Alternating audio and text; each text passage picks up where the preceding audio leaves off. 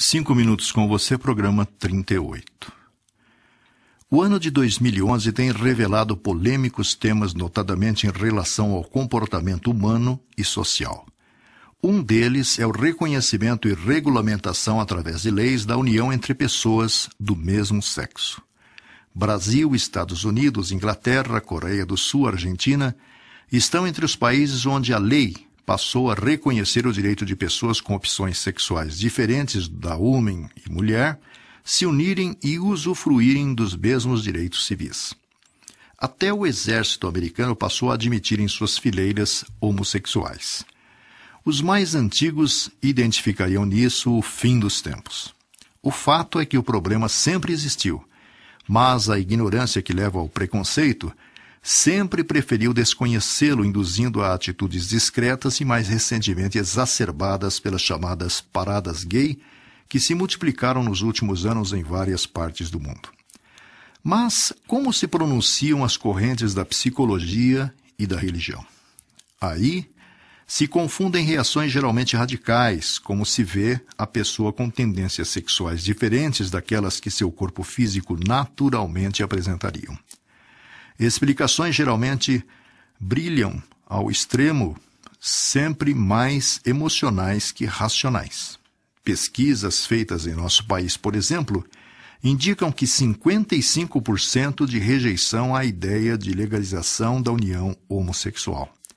Cartórios de juízes de paz recusam-se a oficializar aquilo que a lei determina.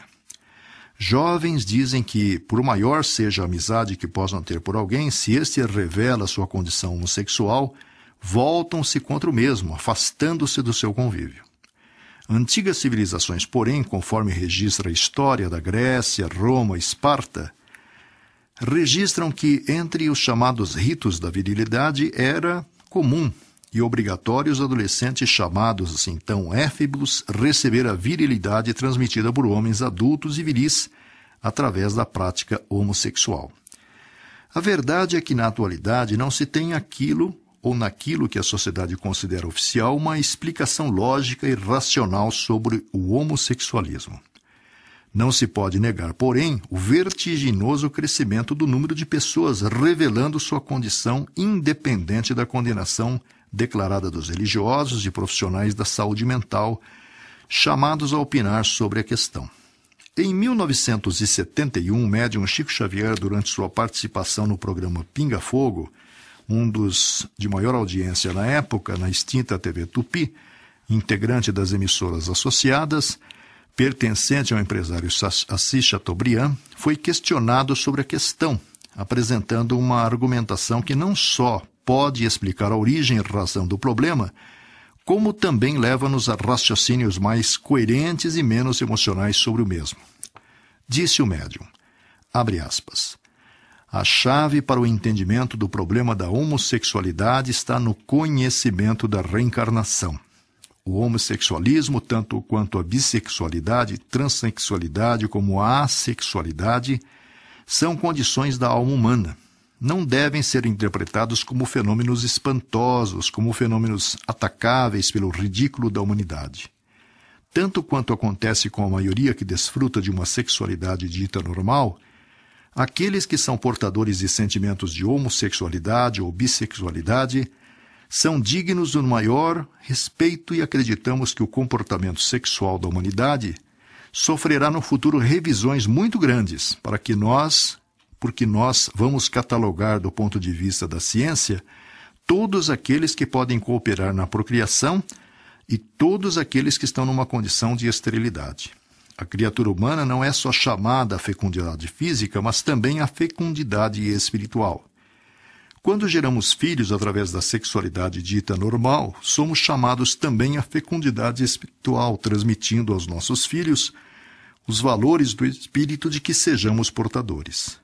Não nos referimos aqui aos problemas do desequilíbrio, nem aos problemas da chamada viciação nas relações humanas.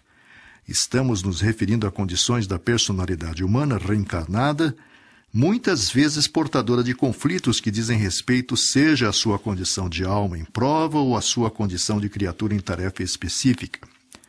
De modo que o assunto merecerá muito estudo.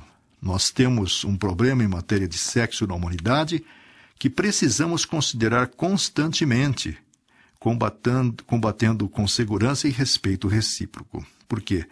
Se as potências do homem na visão, na audição, nos recursos imensos do cérebro, nos recursos gustativos, nas mãos, no tato, nos pés, ou seja, se todas essas potências foram dadas ao homem para a educação, para o rendimento no bem, seria o sexo em suas várias manifestações sentenciado às trevas? Em outra manifestação sobre o assunto, preconizou Chico Xavier, abre aspas, acreditamos que a legislação do futuro em suas novas faixas de entendimento humano saberá criar dentro da família, sem abalar as bases da família, a legislação humana saberá incorporar à família humana todos os filhos da humanidade, sem que a frustração afetiva venha a continuar sendo um flagelo para milhões de pessoas.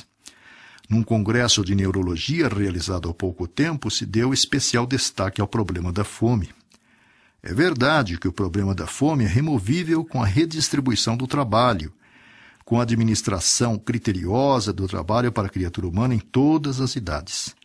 Mas a frustração afetiva é um tipo de fome capaz de superlotar os nossos sanatórios e engendrar os mais obscuros processos de obsessão, e por isso mesmo devemos ter esperança de que todos os filhos de Deus na terra serão amparados por leis magnânimas com base na família humana, para que o caráter impere acima dos sinais morfológicos. Fecha aspas.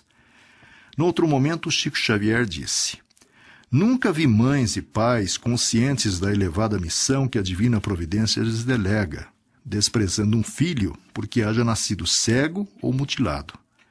Seria humana e justa a nossa conduta em padrões de menosprezo e desconsideração perante nossos irmãos que nascem com dificuldades psicológicas? A respeito das cirurgias médicas para mudança de sexo, Chico Xavier pondera: evidentemente, as cirurgias médicas para mudança de sexo se enquadram nos princípios do livre-arbítrio, com as respectivas derivações na lei de causa e efeito.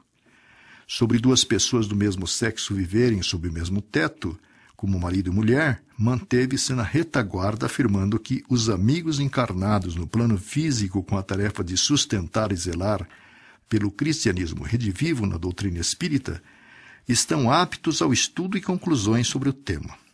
E ainda sobre como fica moralmente o homossexual que induz um heterossexual a mudar sua preferência sexual, Chico Xavier deixou-nos para reflexão as seguintes respostas: em todos os processos felizes ou infelizes do relacionamento humano, cada um de nós está subordinado ao preceito evangélico que nos rege a vida.